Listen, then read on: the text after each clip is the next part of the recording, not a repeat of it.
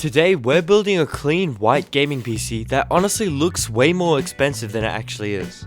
For the CPU, I went with the Ryzen 5 5500. For 1080p gaming, this CPU is pretty good, and compared to the 5600, the price is a lot cheaper, yet the performance is about the same.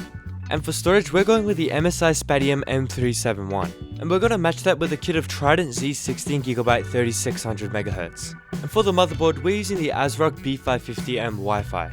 And the power supply is the Silverstone Strider 650 EFA. And finally, we'll be using the ASUS AMD RX 9060 XT 8GB. First, let's open the motherboard. I got this motherboard for 129 AUD, and it's probably one of the cheapest AM4 motherboards I can get. I like using the motherboard box to build the computer. Next is the CPU.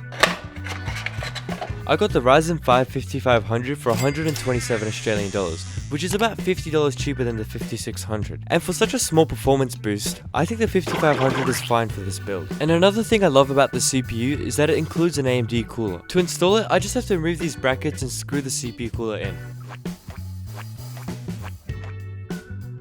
When you install the CPU cooler, make sure every corner is slowly screwed in, so the pressure is spread evenly. Now just a little lift test to make sure it's screwed in properly. Now it's time to install the most overpriced component in any PC, which is the RAM. Since like mid 2024, RAM prices have absolutely increased, and I don't think they're going down anytime soon. This is one of the nicer DDR4 kits, but it shouldn't cost $200. Anyways, let's just click in the RAM.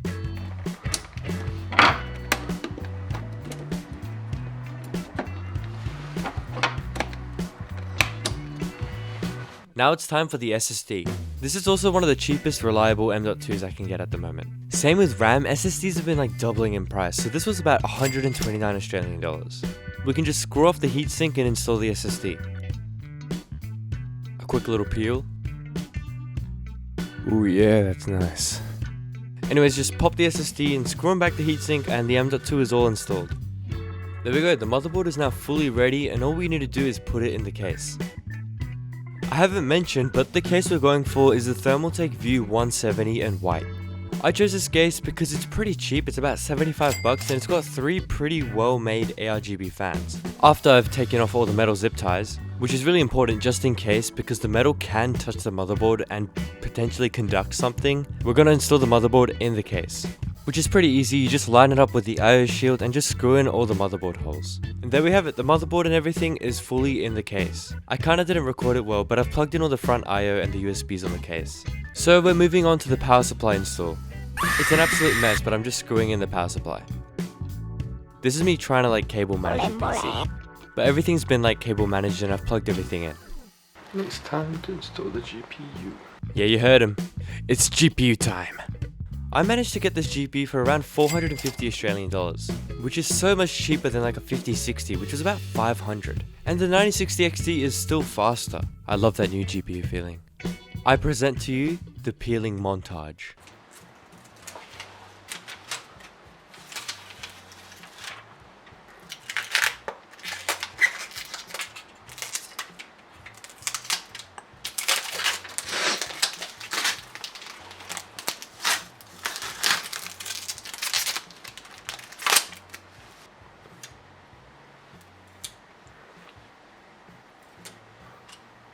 Actually struggled a bit there.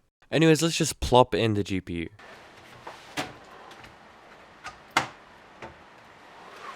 Okay, that wasn't really a plop, but whatever. Now all I need to do is screw in the GPU and plug it in. There we have it, the PC is done.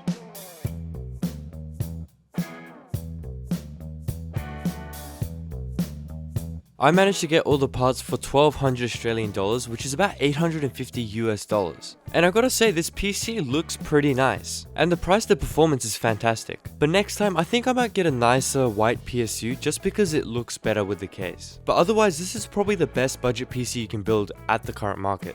It doesn't have the best CPU and it's not AM5, but the AM4 upgradability is pretty good. Anyways, that's a wrap. If you want more future PC content, make sure to subscribe and let me know what builds you want next. Thanks for watching, I'll see you next time.